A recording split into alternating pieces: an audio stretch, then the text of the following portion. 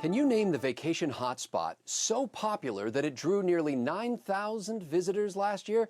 That's right, 9 with a comma and 3 zeros. Well, I'm Scott Ott for PJTV, and today we're going to take a road trip to visit your tax dollars in some of the least crowded tourist attractions across the country.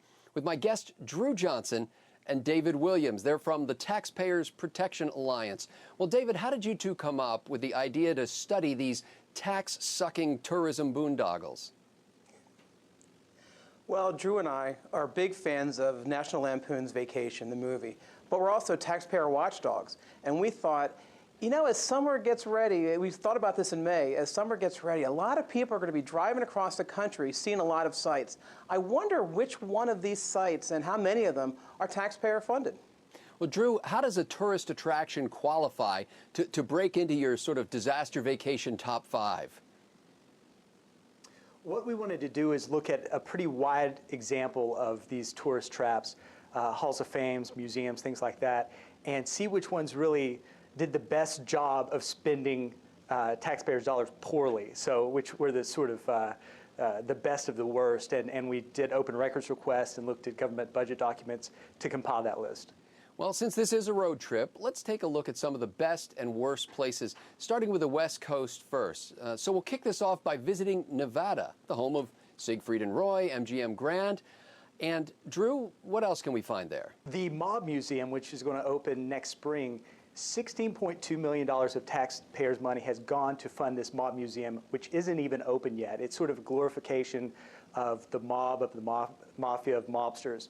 And one of the things that's in there that taxpayers have already paid for is the wall that during the St. Valentine's Day massacre, 7 men were killed against this wall. They were lined up and shot in the back of the head, and your tax dollars has gone to buy this bloodstained wall and put up in this museum. Well, Vegas is for the family, as we know, and who doesn't want to visit a town, you know, where you're carrying a pocket full of money where they glorify organized crime? I think that all sounds wonderful. Now let's head over to Nebraska, home of the rough and tough University of Nebraska Cornhuskers, and a museum that celebrates what women do when they aren't, I suppose, husking. Drew, tell us about it. Yeah, it's called the International Quilt Museum, and it's in Lincoln, Nebraska, as you mentioned. They've gotten over $1 million of state, federal, and local tax dollars so far. And this is the largest collection of quilts anywhere in the world, supposedly. And they also have exhibits. One of the exhibits, Indigo Gives America the Blues, and another one, Kit Quilts, More Than They Were Cut Out to Be. It's about $80,000 a year for this museum. And I think my great-great-great-grandmother would have loved this museum. Unfortunately, she died about 80 years ago, just like everybody else who really gives two shakes about quilts. You know, you get the sense that there's a federal grant for every personal hobby out there. Well, let's move on. Let's go to the Buckeye State of Ohio. There are a lot of great places to visit there. Rock and Roll Hall of Fame, SeaWorld. You can go boating on Lake Erie. But we're going to skip all that to check out the historic home of Ida McKinley. I'd have never guessed. What's there, Drew? Well, you think about Canton, you think about the Pro Football Hall of Fame, but there's also the First Lady's National Historic Site. And it's actually in the house that William McKinley's wife was born in and raised in. And it's basically a museum and library devoted to the works and the lives of the First Ladies. You know, when I think of First Ladies, I think of Martha Washington, Dolly Madison, Jackie Kennedy. David, why wouldn't a First Lady museum be in a hometown of a more historically memorable First Lady? This museum and this building is a classic case of pork barrel spending. You have a very important member of Congress, well, he thought he was, Ralph Regula. He was an appropriator Republican, and sent millions of dollars back to the First Lady's Library. Why? It was in his district. Oh, surprise, surprise. And who's on the board of this museum? Let's see, his wife, his daughter, who I believe is the president of the museum.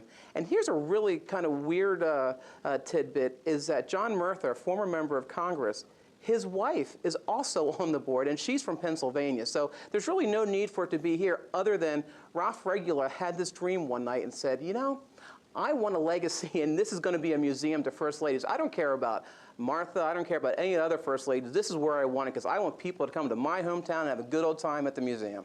it actually costs taxpayers $120 per visitor to this museum. That's how much taxpayers subsidize every single visitor. And there's finally one museum that I think I might actually want to visit. It's the Mark Twain Museum in Hartford, Connecticut. David, why does this museum make the list? Well, this is a case of a museum of double and triple dipping when it comes to taxpayers, because they got money through 3 different programs: National Endowment for the Humanities, Department of Housing and Urban Development. Of course, we always think about Mark Twain and the Housing and Urban Development Agency, and then Save America's Treasure. So this really, and this was to a museum. This person was very, Mark Twain was very outspoken when it came to government excess. And I think Drew has some examples of some of the things that he said kind of mocking our government. Right. One of his famous quotes is actually that he couldn't believe that the then Nebraska territorial legislature had spent $10,000 to build a fair, an agricultural fair, to show off $40 worth of pumpkins. And ultimately what happened to his house is taxpayers have had to pay $7.1 million in recent years to show off a house that he built for $40,000. So it's exactly what he was criticizing government for doing ended up sort of sadly and ironically happening to his own house. Well, Drew and David, thank you. Folks, if you want to read their full report, you can go to protectingtaxpayers.org. That's protectingtaxpayers.org. And by the way, Mark Twain declared bankruptcy in 1894 and had to sell that house in Hartford. And if our government keeps spending money like this, well, you can write your own punchline. For PJTV.com, I'm Scott Ott.